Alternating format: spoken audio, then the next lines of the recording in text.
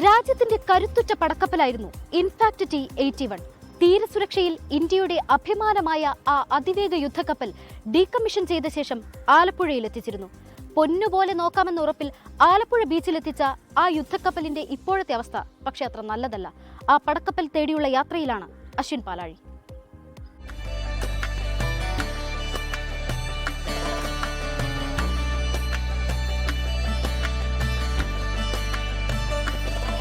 Alappuzha tourism രംഗത്ത് കൂടുതൽ മുന്നേറ്റമുണ്ടാക്കുക എന്ന ലക്ഷ്യത്തോടെയാണ് സർക്കാർ ആലപ്പുഴ ഹെറിറ്റേജ് പദ്ധതി ആരംഭിച്ചത്.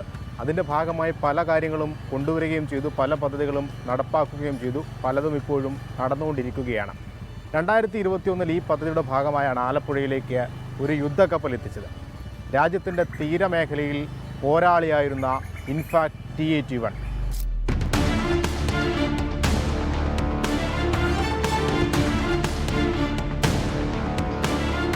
കപ്പൽ 2021 ആലപ്പുഴ ബീച്ചിൽ എത്തിച്ചപ്പോൾ ഒരുപാട് ആഗ്രഹങ്ങളും പദ്ധതികളുമൊക്കെ നടത്തിപ്പുകാർക്കുണ്ടായിരുന്നു. ഒരു യുദ്ധക്കപ്പലിനെ ഏറ്റവും അടുത്തറിയാനും അകത്തു കയറി കാണാനുമൊക്കെയുള്ള കൗതുകം ആലപ്പുഴക്കാർക്കും ആലപ്പുഴയിലെത്തുന്ന ടൂറിസ്റ്റുകൾക്കുമൊക്കെ ഉണ്ടാവുകയും ചെയ്തു. പക്ഷേ രാജ്യത്തിൻ്റെ പോരാളിയായിരുന്ന ആ കപ്പൽ ഇന്ന് തീരദേശത്ത് കാറ്റേറ്റ് തുരുമ്പെടുത്ത് കിടക്കുകയാണ്.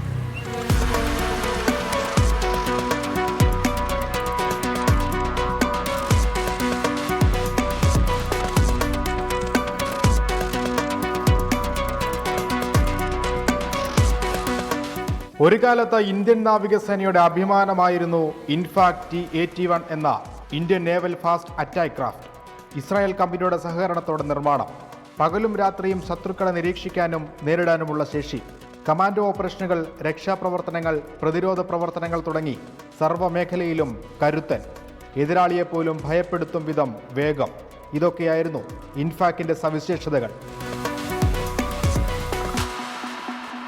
പ്രതിരോധ പ്രവർത്തനത്തിന്, അക്രമത്തിന്, അതായത് മറ്റ് അന്യരാജ്യങ്ങളിൽ നിന്ന് ഇങ്ങോട്ട് ആരെങ്കിലും സൈന്യം കടന്നു വന്നാൽ അതിനെ പ്രതിരോധിക്കാൻ, അതിനെതിരായുള്ള നടപടിയെടുക്കാൻ ഈ കപ്പൽ ഉപയോഗിച്ചിരിക്കുന്നുവെന്ന് ഇവിടെ എഴുതി വച്ചിട്ടുണ്ട്.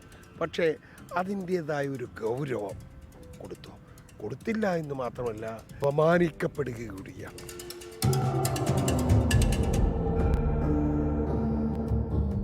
ആലപ്പുഴക്കാർക്ക് ഈ കപ്പൽ വരുമ്പോൾ വളരെ ആഘോഷമായിട്ട് പടക്കം പൊട്ടിച്ചും ലഡ്ഡു വിതരണം ചെയ്തുമൊക്കെയാണ് അന്ന് ഈ കപ്പൽ ഇവിടെ സ്ഥാപിച്ചത്. അത് വലിയൊരു ആഘോഷമായിരുന്നു. ബോംബെയിൽ നിന്ന് കൊച്ചിയിലെത്തിച്ച കപ്പൽ റോഡ് മാർഗം ഹൈവേ വഴി വരാനുള്ള പെർമിഷൻ കിട്ടാഞ്ഞിട്ട് കോട്ടയത്ത് എത്തിച്ചിട്ട് കോട്ടയത്തു നിന്ന് വേമ്പനാട്ടുകായൽ വഴി തണ്ണീർമുക്കം എത്തിച്ചതിന് ശേഷമാണ് അവിടെ നിന്നാണ് റോഡ് മാർഗം ഈ കപ്പൽ ഇവിടെ കൊണ്ടുവന്നത്. അത് ഇറക്കുന്നതിന് ഒരുപാട് സാങ്കേതികമായ പല തടസ്സങ്ങളുണ്ടായിരുന്നു. ഹൈവേക്കാർ മറ്റേ ഈ എലിവേറ്റഡ് ഹെവിയിൽ ഗേറ്റില്ല എന്നൊക്കെ പറഞ്ഞ പ്രശ്നങ്ങളൊക്കെ ഉണ്ടായിരുന്നു. അതെല്ലാം കഴിഞ്ഞ് വലിയ ക്രെയിനൊക്കെ കൊണ്ടുവന്നാണ് ഇതിവിടെ എത്തിച്ചത്. അപ്പോൾ അതുകൊണ്ട് എന്തെങ്കിലും ഗുണമുണ്ടോയെന്ന് ചോദിച്ചാൽ ഒരു സാധനം ഇവിടെ കൊണ്ടുവന്ന് വെച്ചിരിക്കും. കണ്ടം ചെയ്ത ഒരു സ്ഥലം യാർഡിലേക്ക് മാറ്റുന്നതിന് പകരം ബീച്ചിൽ കൊണ്ടുവന്ന് വെച്ചിരിക്കും. അതുകൊണ്ട് എന്താണ് ജനങ്ങൾക്ക് കിട്ടുന്ന അവയർനെസ് ഒന്നും എനിക്ക് കൃത്യമായിട്ട് അറിയത്തില്ല. എനിക്കൊരു വിവരം കിട്ടിയിട്ടില്ല കുറച്ച്. കാരണം ഞാനിത് ഷിപ്പുമാണ്. ഇത് നേരെ കൊച്ചിയിൽ ഹാർബറിൽ ചെന്ന് കഴിഞ്ഞാൽ കാണാം, കൊല്ലത്ത് ചെന്നാൽ കാണാം. പകരം കരയിലൊരു സാധനം കൊണ്ടുവെക്കാൻ തുരുമ്പെടുക്കാൻ വേണ്ടിയിട്ട് കൊണ്ടുവന്ന് വെച്ചു. അല്ലാണ്ട് ഒരു മാറ്റമൊന്നും എനിക്ക് തോന്നുന്നില്ല. യുദ്ധക്കപ്പൽ നശിക്കാതെ പരിപാലിക്കണം. ഉൾവശം കാണാനും പ്രവർത്തന രീതികൾ മനസ്സിലാക്കാനും വിനോദസഞ്ചാരികൾക്ക് അവസരമൊരുക്കണം. ആവശ്യങ്ങൾക്ക് 4 വർഷത്തിൻ്റെ പഴക്കം. കമാൻഡോ ഓപ്പറേഷനുകളടക്കം രാജ്യത്തിൻ്റെ പ്രതിരോധ പ്രവർത്തനങ്ങളിൽ മുൻനിര പോരാളിയായിരുന്ന ഈ യുദ്ധക്കപ്പലിനെ കുറിച്ച് ഇതിവിടെ കൊണ്ടയിട്ട അധികാരികൾക്ക് വലിയ വിവരമുണ്ടാകണമെന്നില്ല. പക്ഷെ നാടിനും നാട്ടുകാർക്കും ഇതിനെക്കുറിച്ച് നന്നായി അറിയാം. അധികാരികൾക്ക് നല്ലത് തോന്നട്ടെ. ആലപ്പുഴയിൽ നിന്ന് ഷിബിൻ ബഷീറിനൊപ്പം അശ്വിൻ പാലാഴി, 24. ലോകത്തെവിടെയായാലും ഏത് സമയത്തും 24 വാർത്തകളും ഓഗ്മെന്റഡ് റിയാലിറ്റി പാക്കേജുകളും എക്സ്പ്ലെയിനറുകളും വിശദമായി കാണാൻ ഞങ്ങളുടെ യൂട്യൂബ് ചാനൽ നിങ്ങൾക്ക് സബ്സ്ക്രൈബ് ചെയ്യാം.